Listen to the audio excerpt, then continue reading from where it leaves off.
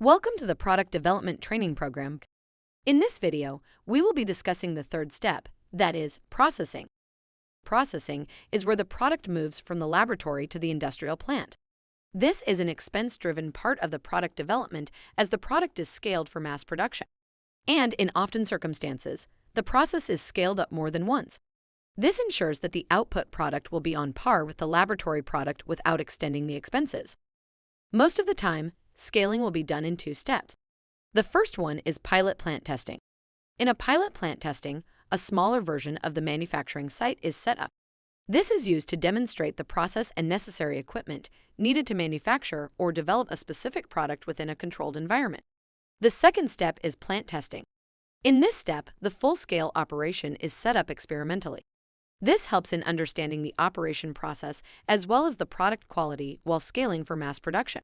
Following these steps ensure that as we move to mass production, the product quality is not destroyed and it tastes the same. It also helps in identifying the problems related to mass production that may arise. It is okay to have small changes to the product while scaling up. It happens most of the time. But it should not affect the customer experience or satisfaction with the product. Let's take the example of a product we have discussed earlier in ideation. You may have noticed small grooves in the potato chips in some packets of the brand Lay's. One reason for this is to avoid the chips from breaking while moving through an assembly belt.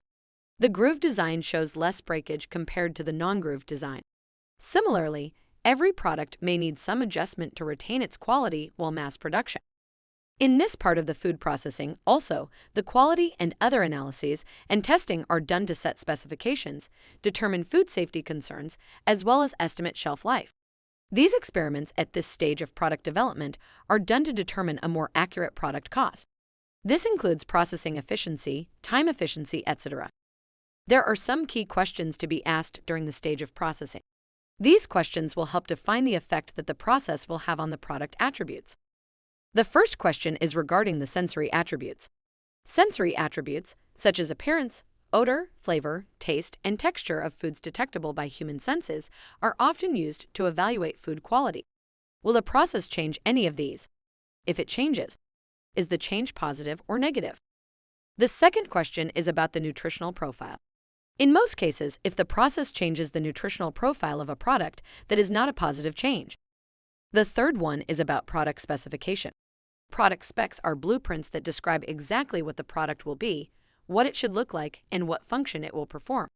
Additionally, these guidelines might include information about the target audience that will help product management teams optimize the product's features. If the process changes the product specification, that means the whole product you envisioned is changed. The fourth one is regarding shelf life. If the processing affects the shelf life, it may affect the whole credibility of the product. And the fifth and last question is regarding the overall functionality of the product. Every product will have a defined function. This function is what defines the marketing trajectory of the product. If the process in any way changes the overall functionality of the product, that is not the product you designed initially anymore. So to simply put, processing is just the step of mass producing your product. It is important to cross-check the points discussed in this video during processing to get a good output as you envisioned in the beginning. Congrats on finishing this video. In the next video, we will be looking into commercialization.